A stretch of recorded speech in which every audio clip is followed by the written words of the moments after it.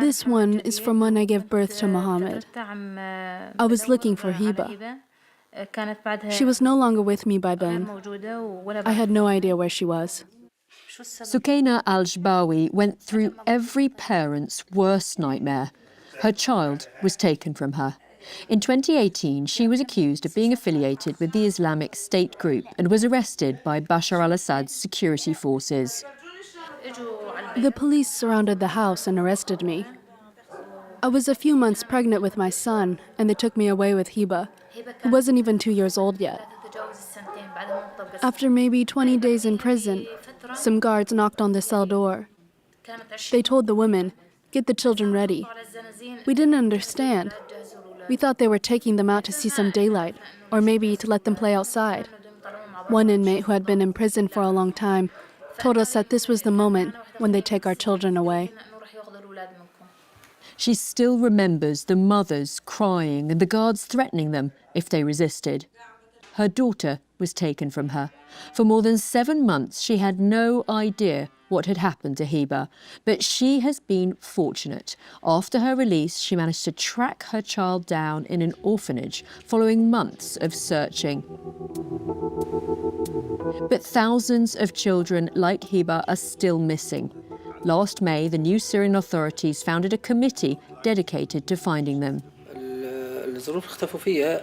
Many similar cases happened between 2013 and 2018. Back then, the security services would arrest entire families. Elderly people, women, even children. Anyone who happened to be near their target. They would separate the men from the women and children and then send the kids to orphanages. The local security forces would send their files to the Minister of Social Affairs, who would coordinate with the orphanages. They would separate the men from the women and children and then send the kids to orphanages. The government made sure through the Ministry of Social Affairs that their files and identities remained confidential. This is considered a crime. It's one of the Assad regime's most disturbing practices. For more than a decade, children were taken from their parents and hidden away in orphanages across the country. Their identities were concealed, their names changed. Everything was done to make it nearly impossible for their families to find them. Then they vanished. Lahan al-Hayat took in a lot of these kids. The facility was classified as a military zone and remained off-limits until the end of 2024.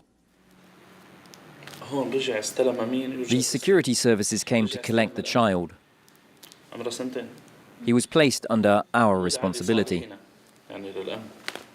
Here are a few of the rare documents the new director has managed to collect.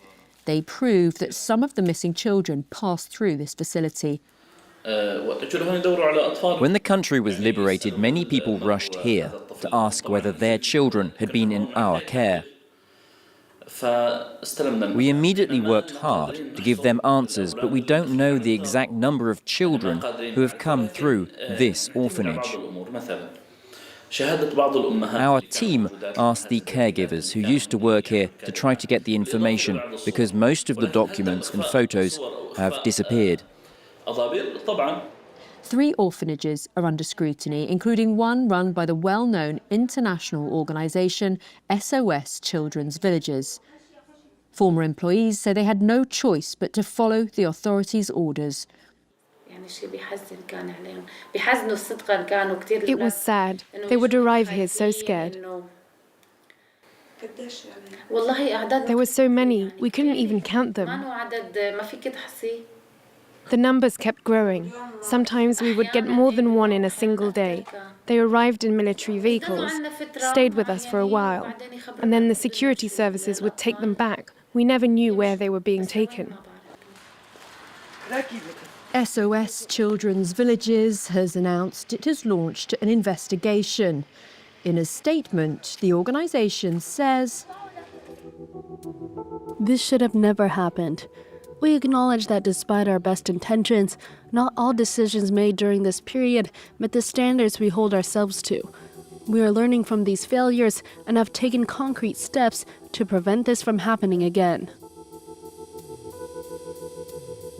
It's unclear what happened to the children after they were in foster care. Questions remain about whether or not the youngest children might have been illegally adopted and if the older ones were sent to the army, or even if they're dead or alive. Since May 2025, out of the thousands of children missing, only about 60 have been found in youth shelters. A year after Bashar al-Assad's fall and the opening of prisons and orphanages, no one knows, and hope is running out for the families. Malak Ahmad Oda is still searching for her son Maher, who was taken from his school in 2012. This is Maher on the day he disappeared. I had taken him to school. We took some photos in the park because he had new clothes.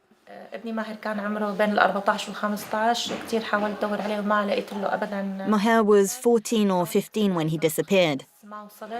I searched everywhere, but I couldn't find a single trace of him.